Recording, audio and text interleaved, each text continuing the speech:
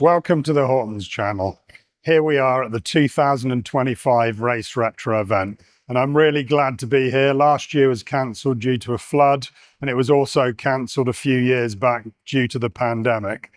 So I'm eagerly anticipating what we're going to see inside, and hopefully we'll have a busy day.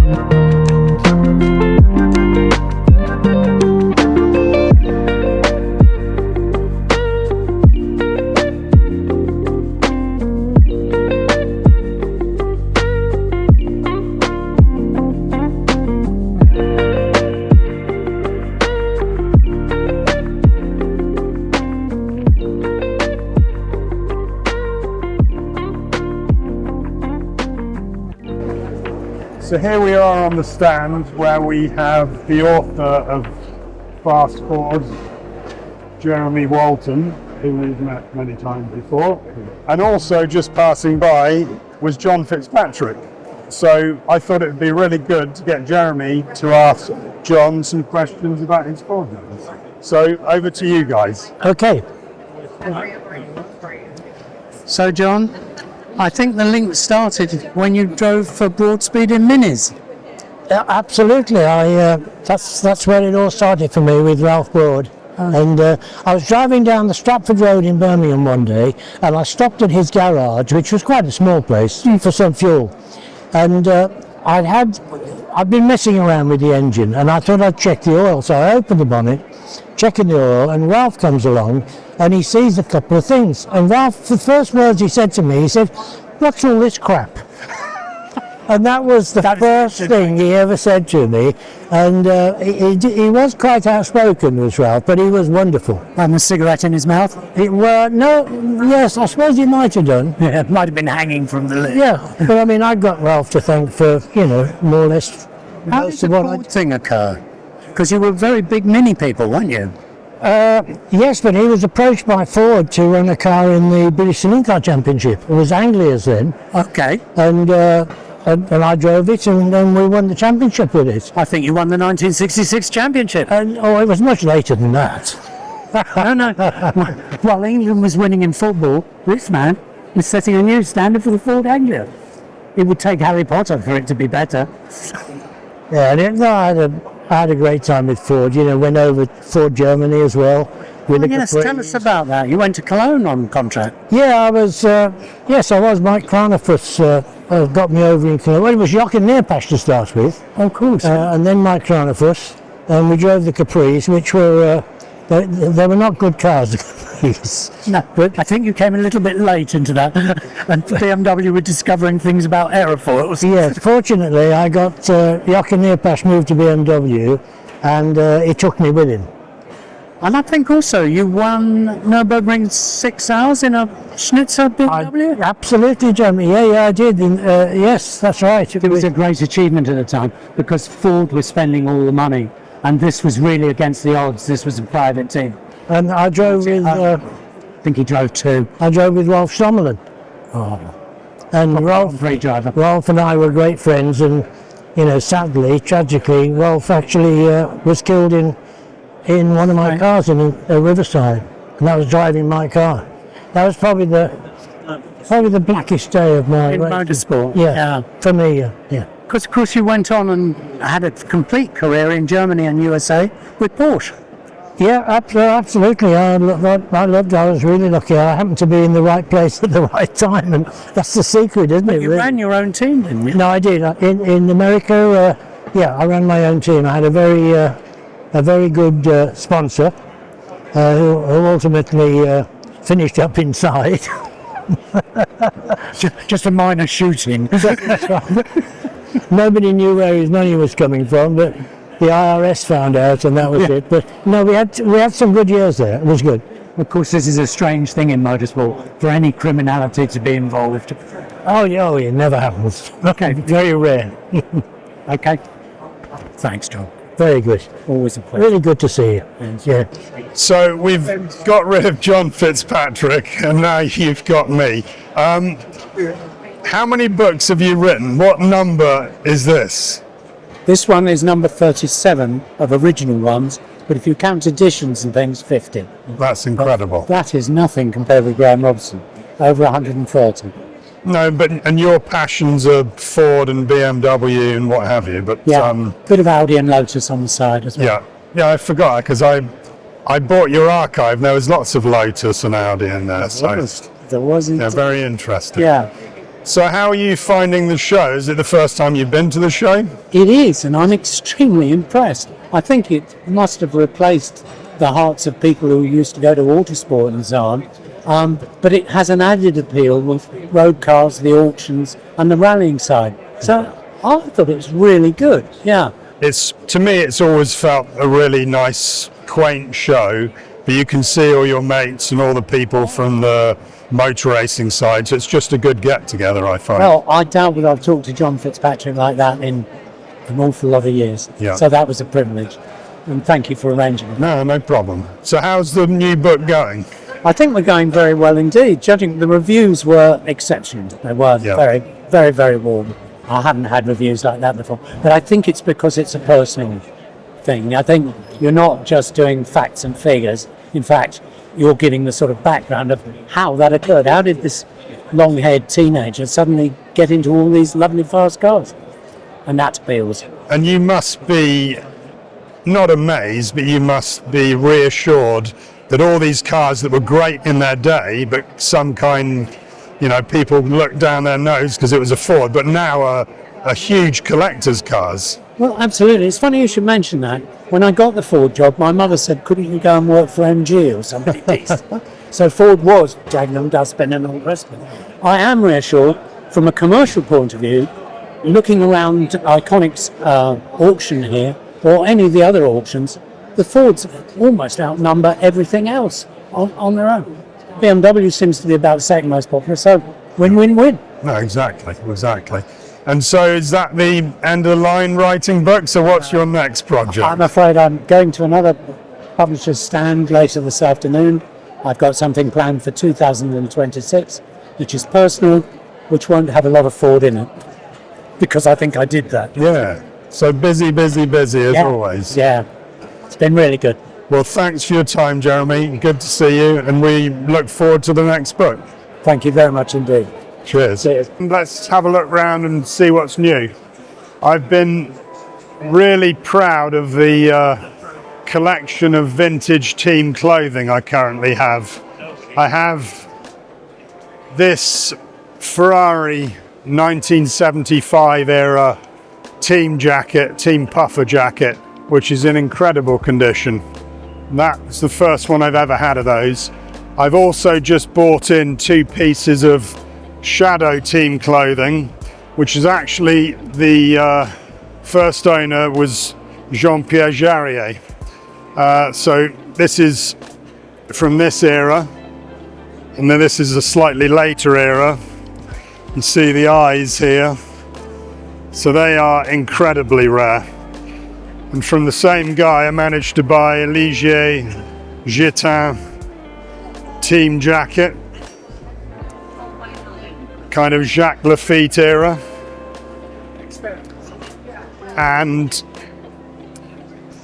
we have this wonderful Team Hailwood Martini. This was when Hailwood was running a Yamaha motorcycle racing team.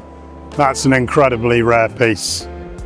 While we're around here, let's take a look at our out of print and new book selection.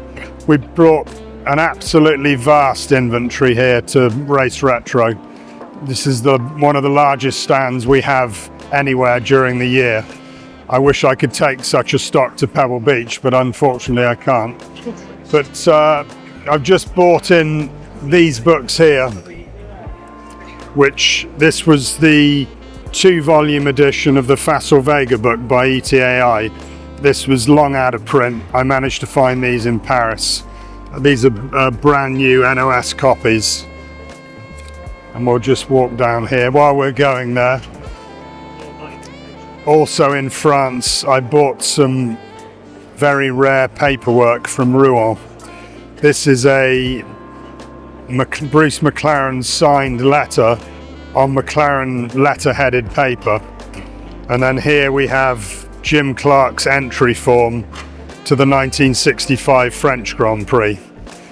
And then down here, a Jochen Rindt entry form into the Formula 2 race. Also from the Stuart Turner collection, I have his copies of Prepare the Escort RS Turbo for Rallying, Ford Escort Rally Preparation, and How to Prepare the Sierra for Motorsport.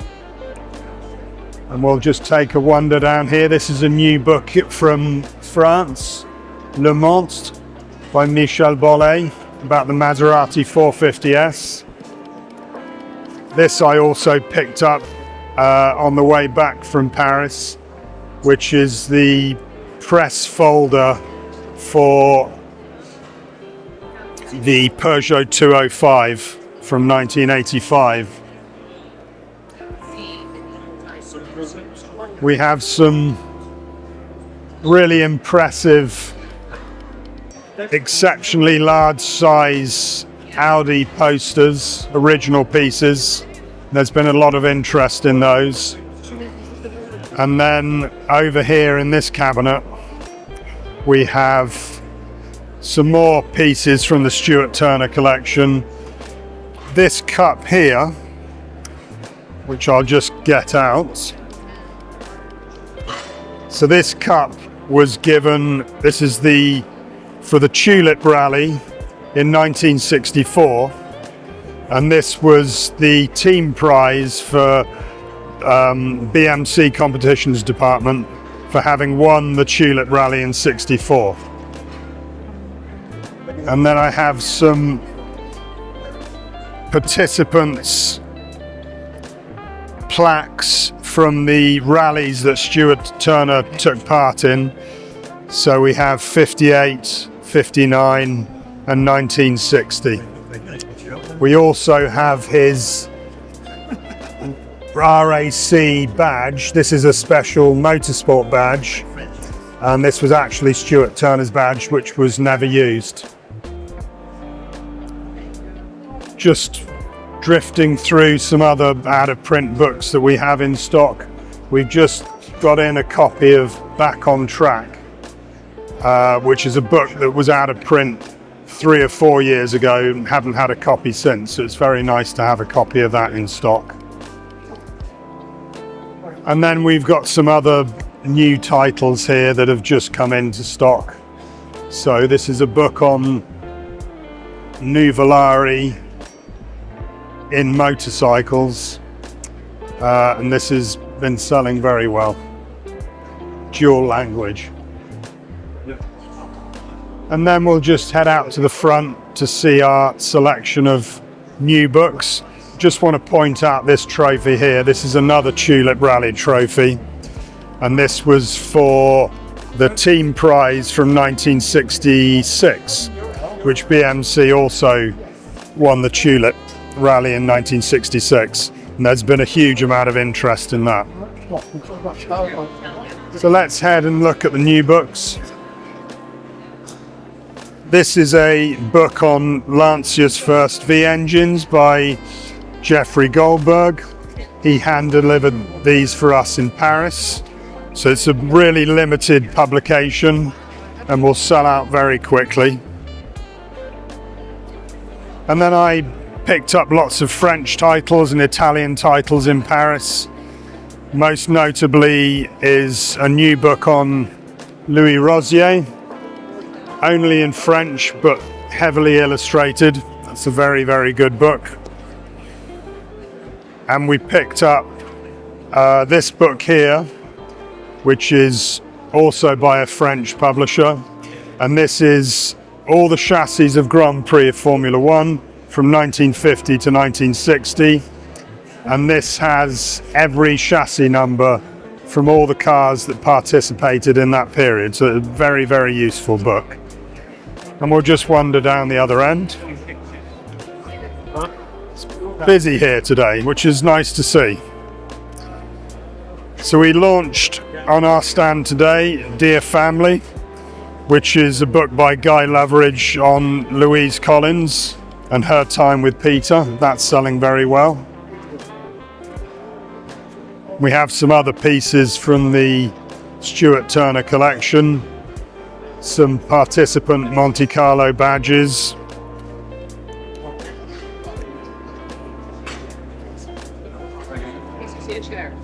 Here's Jeremy's book. We just had the signing, so that's been selling well.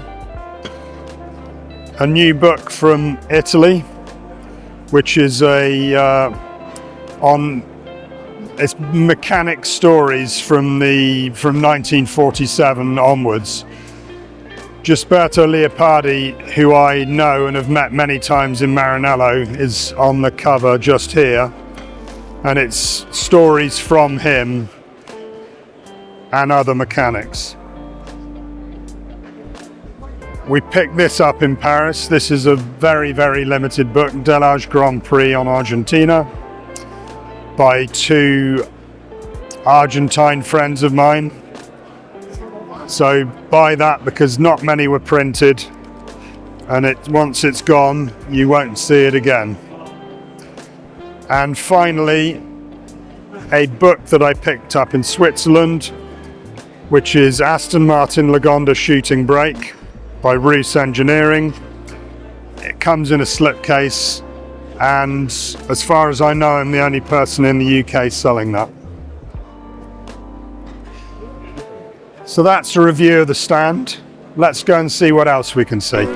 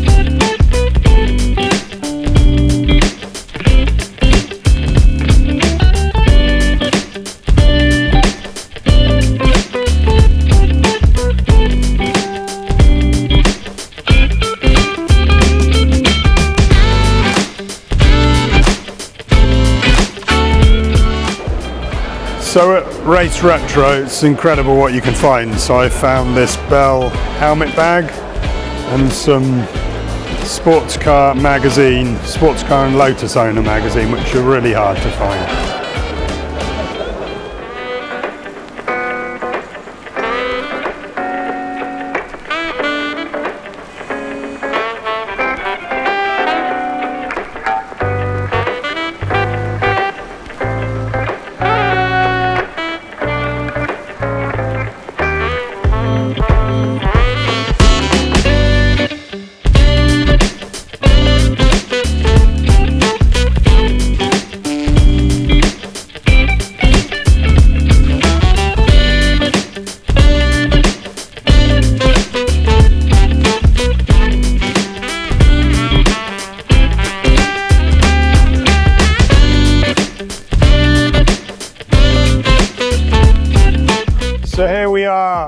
The main stage is here for the event where they do certain interviews and what have you. And there's a really fascinating collection of cars here. We have some old F1 cars stretching all the way down here. And then a car that really means a lot to me down here, a Jaguar. This car here. I remember as a child when in '83, when these cars turned up at Le Mans, and it was a real change in what was going on. Everything was the same color livery and it was really professionally done. And even as a kid, you thought, oh, there's a wind of change here. So to see this again brings back a lot of memories. It's still a really wonderful looking car.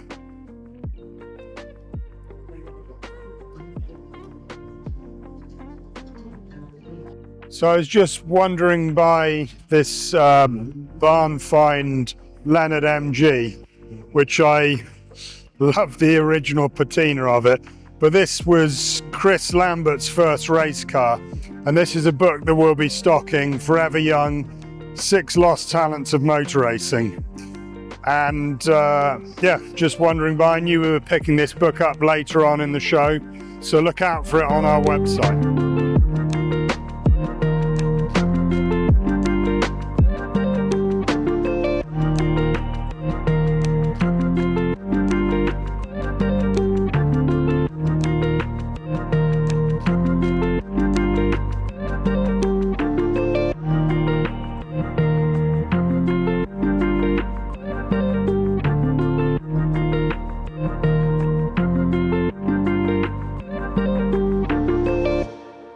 This is the Group B rally display.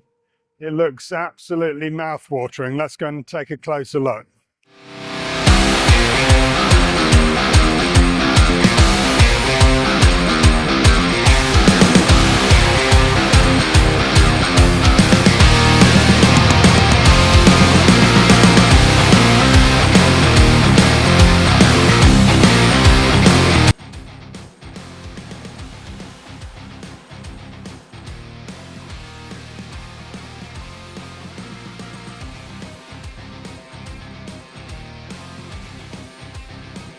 This is fantastic. This is a Lancia 037 in Safari Rally spec. Awesome looking bit of kit. And here is the famous RS200. I should probably bring the prototype model over and offer it to this guy.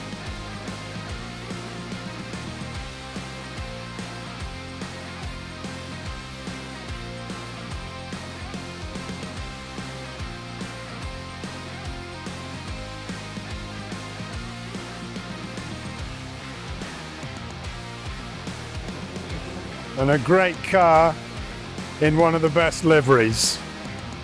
So Metro with the Rothmans livery. Fantastic combination.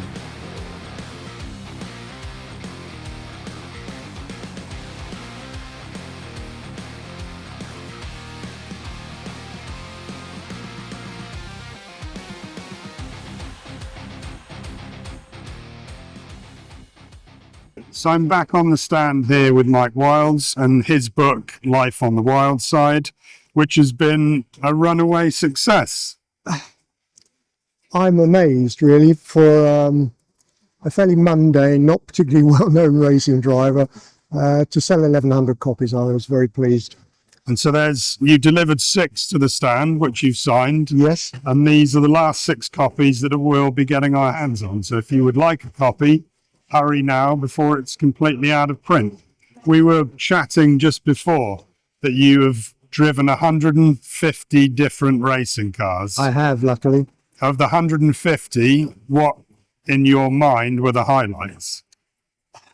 I suppose when you sit on the grid of a Grand Prix for the first time, when I first started out in 1965, I wanted to be a Formula One racing driver. So one of the highlights has to be sitting on the grid of the American Grand Prix in 1974 in the Works Ensign was a highlight. But to be honest, Grand Prix racing, yes, I wanted to get there, but the Le Mans 24-hour race for me was always a highlight. Yeah. It's so challenging for a driver, and to complete Le Mans, it's an unbelievable experience that car will go through 24 hours of doing 240 miles an hour and being pushed really to the limit to survive is unbelievable. So Le Mans 24-hour race was a highlight for me, and every race I've ever done has been a pleasure, and I don't want it to stop yet. No. And so how many times did you run at Le Mans? I did seven Le Mans. I wish it had been 70. Yeah. And so what was the first year that you partook at Le Mans? I drove a Porsche 935 in 1981. Yeah. That was the first one. Then I drove a Lola 1982. 1983 I missed. Then I drove 1984, 85, 86 and 87 for a Curiacos. Yeah. And 1988 I drove Works Nissan with my good friend Wyn Percy. Yeah. And an Australian Alan Grice. And they were wonderful, wonderful times. I always had quite bad luck at Le Mans, but it was just somewhere I always wanted to be. So were you in a team that finished the race? Yeah. We finished in 1988, the Nissan, we finished 14th. Yeah. We were actually running quite well until the middle of the night. We had a gearbox failure. Took 40 minutes to fix. We dropped to 33rd and then got back to 14th. So it was a good real run. effort. Yeah. Good run. And I always say about Le Mans when I was there as a kid and in the pits with the Charles Ivy racing team, and even if you go back today, there's something in the air at Le Mans. You can feel it as soon as you arrive there. Absolutely. It's like an electricity. Yes. It's just running through the air. You're there for a week. You get there, we used to get there, I think, on a Sunday night. On Monday, we'd get ready, get scrutineering, which was always a traumatic experience in itself, dealing with the French and their interpretation of the rules. So you get through a day's scrutineering, and then you start practice on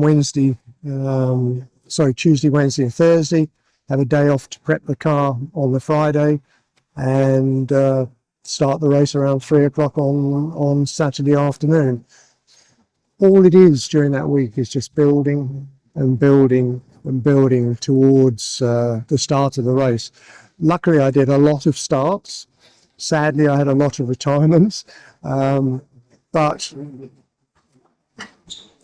the intensity of it, and when you are sitting on the grid ready to go for a start with 50, 55 other cars, there's nothing like it. To set off down the Morsal Straight without the chicanes,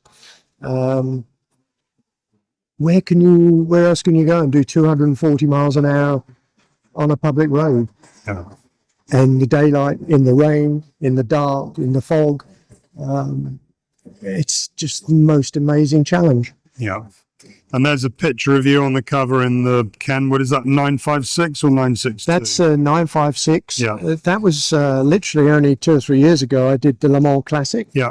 And I had no pictures. It was one of my favourite times to drive at night. The car seemed to come alive at night. The brakes worked better. Yeah. The turbocharged engines gave more power. And this was at the Le Mans Classic, and I thought all the racing I've done, it embodies everything. Le Mans, the Dart, Group C, it just doesn't get much better than that, really. And what's your view on retro events like Le Mans Classic or the Goodwoods, do you think they, in your mind, do they still rival your experiences, you know, in ultra competitive courses like the actual Le Mans? No, they don't, but they do have a place. Yeah. And to drive a Group C car around Le Mans, even with the chicanes, she's still doing 200 miles an hour or more. So yes, it is great. I don't do Goodwood.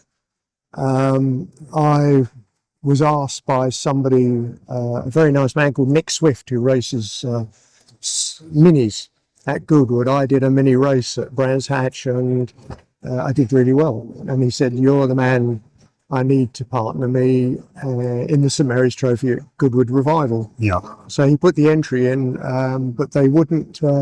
He wouldn't accept me. I was not high profile enough, and so I don't go there. I turn all drives down there. If I'm not good enough for them, it's their loss. Really. Well, that's as it should be. So you were talking or telling me earlier on that you've got another book project that you're working on. So... Possibly. I only heard about it today. Right. I was asked maybe to think about writing a book about the 150 different racing cars that I've driven, and I think it could be an interesting project. Yeah, definitely. And write about some of the circuits I drove them on. So tonight I shall go home to the hotel room, not home, back to the hotel room, and have a think about it. Yeah. Good. Well, good luck with that. Thanks for stopping by, and thanks for producing a wonderful book, which we've enjoyed selling. Thank you very much, and thank you for doing that. No problem. Thank you. Cheers. So it's goodbye from Race Retro 2025. Remember to like and subscribe to the channel, and see you at Goodwood in a few weeks' time.